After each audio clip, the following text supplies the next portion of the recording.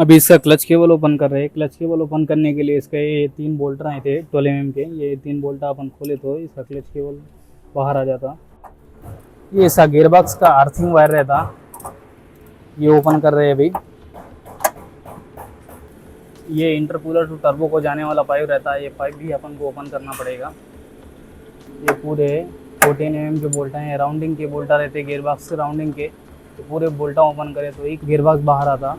Lock करके ही खोलते हैं इसको हम। इसमें लॉक करने के लिए कुछ तो भी लगाना पड़ता है, स्क्रू ड्राइवर नहीं तो कुछ भी एलन की कुछ भी डाल के इसको लॉक कर देते हैं, जिससे हमें खोलने में हेल्प करता है।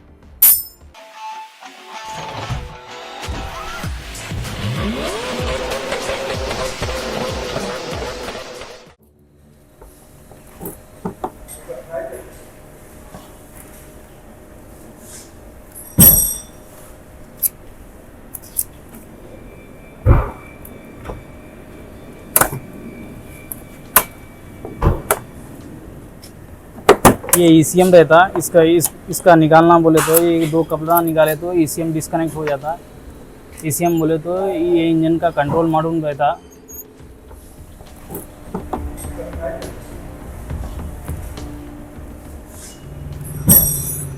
ये जो आप अभी देख रहे हो ये बैटरी ट्रे है, इसमें बैटरी का रखते हैं जिससे बैटरी सपोर्ट में रहता है, उधर किधर भी हिलने का कोई भी चांसेस नहीं रहता बैटरी का।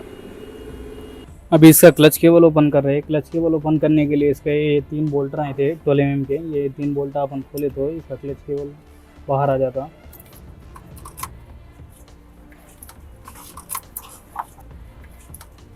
वो काफ़ी टाइम से नहीं खुले तो बैटरी केस के अंदर पानी जाके वो पूरा रस्टेड हो जाता है, इसके लिए वो उसके पूरे बोल्ट जाम हो जाते हैं। तो बोल्ट को थोड़ा देख के खोलना पड़ता है, उसमें रस्ट स्प्रे वगैरह मार लेना, नहीं तो फिर वो बोल्ट टूटने के चांसेस ज़्यादा रहते हैं।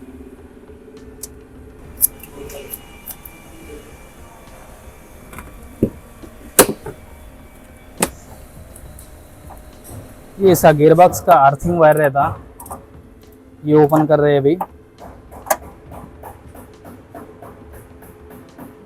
ये ऊपर में 2 बोल्टा रहते 17 mm के।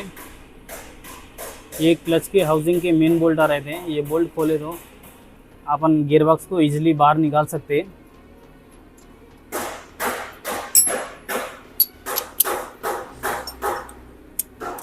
फर्स्ट बोल्ट ओपन कर दिया, अभी ये सेकेंड बोल्ट रहता 17 mm का, अभी ये ओपन कर रहे हैं।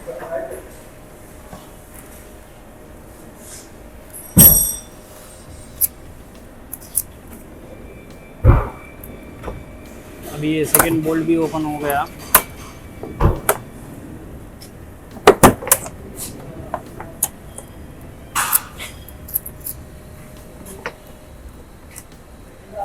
ये 2 बोल्ट ऊपर का राउंडिंग का ओपन कर दिए।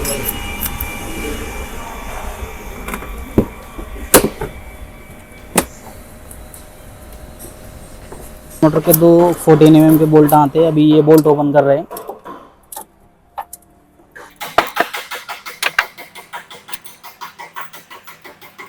ये अभी सेल मोटर का ये सेकंड बोल्ट रहता नीचे।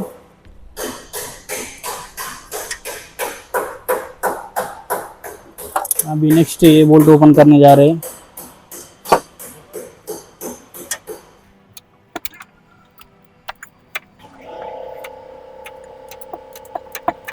अभी ये सेंसर रहता है, ये सेंसर का कपलर निकाल रहे हैं।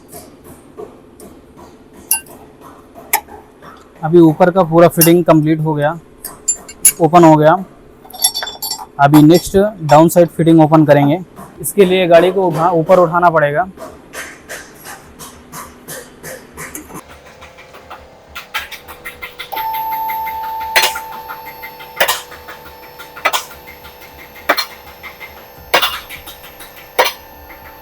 ये इंजन का डस्ट गार्ड रहता, इसमें 10 mm के बोल्टा आते और वो कुछ स्क्रू क्लिप्स आते, वो क्लिप्स ओपन कर लेंगे। ये ओपन करने के बाद अपन नेक्स्ट गियरबॉक्स की फिटिंग खोलेंगे।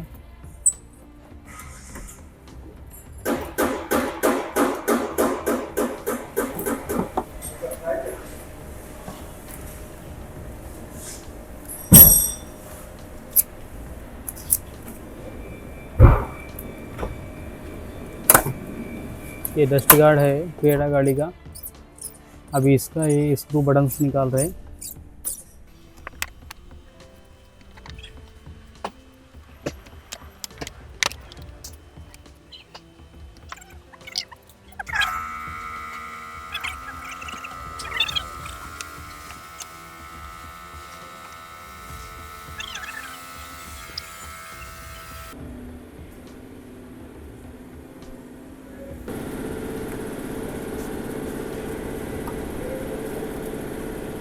ये इंटरकूलर टू टर्बो को जाने वाला पाइप रहता है, ये पाइप भी अपन को ओपन करना पड़ेगा।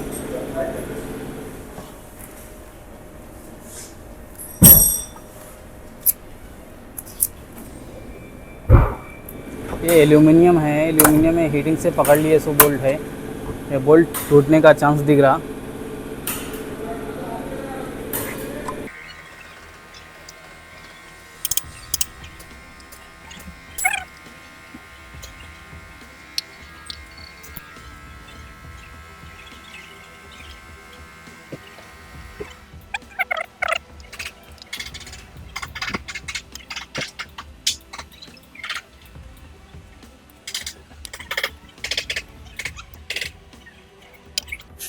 ये 10 नंबर का प्लेट रहता, इसके नीचे इसका हाउसिंग का 14 नंबर गियरबॉक्स का बोल्ट आता।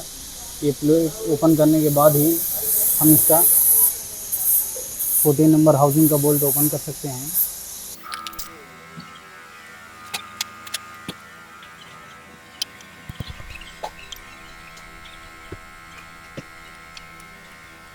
ये पूरे 14 mm जो बोल्ट हैं, राउंडिंग के बोल्टा रहते गियरबॉक्स के राउंडिंग के।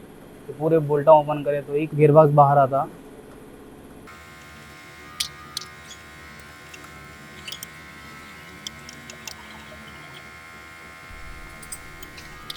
ये प्लस सिलेंडर का सपोर्ट बोल्ट खोल रहा है, ये गियरबॉक्स में फिक्स रहता।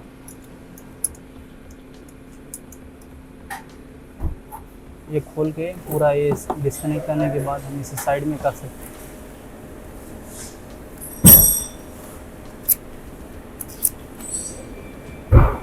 इसको प्लस सिलेंडर को खोल के साइड में कर दिया।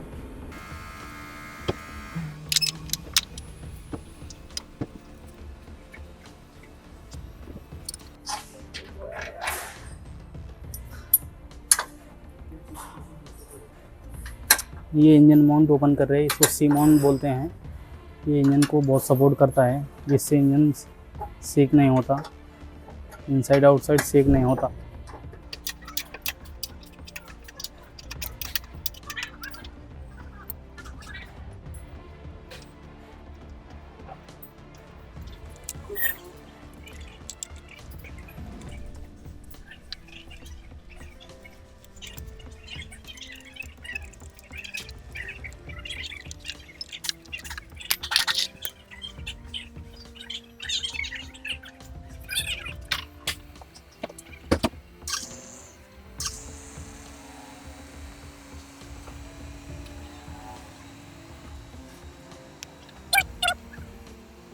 इसका टायर को ओपन कर रहे हैं। टायर ओपन करके अब इसके नेक्स्ट ड्राई शाफ्ट ओपन करेंगे। ड्राई शाफ्ट ओपन करके गियरबॉक्स को बाहर निकाल लेंगे।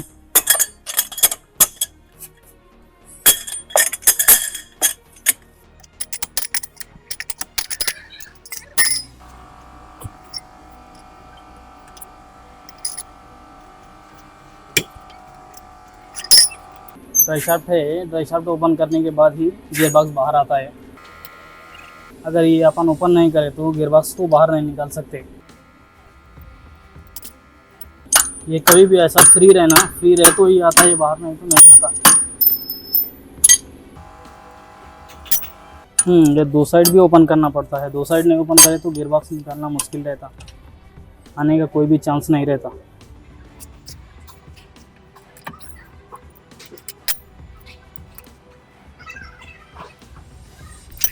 ये इसको थोड़ा मारना पड़ता है, मार के फ्री करना पड़ता है। ये बहुत रस्टेड रहता है, जाम रहता। ये अभी थोड़ा मारे तो ये अंदर गया, अभी फ्री हो जाता है।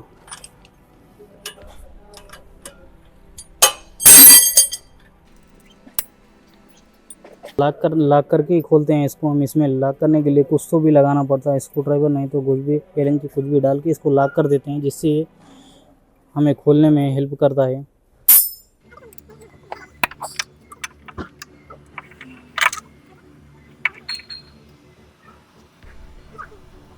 10 mm का लॉन्ग बोल्ट रहता है। इसको ओपन करने के बाद अपन ये इंजन माउंटिंग का 2 14 mm का बोल्ट रहता है। ये बोल्ट ओपन करके अपन को गियर बॉक्स को डाउन कर लेंगे।